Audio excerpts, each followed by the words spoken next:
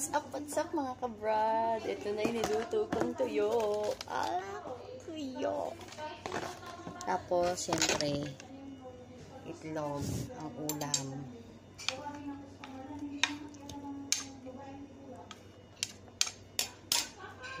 Lagdag tayo. Tapos, meron din kami nito.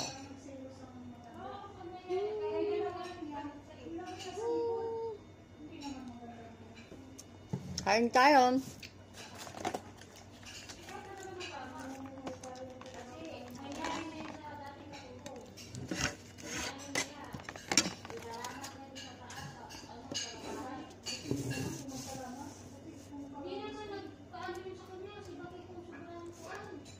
Siyempre suka na punong-puno ng sili.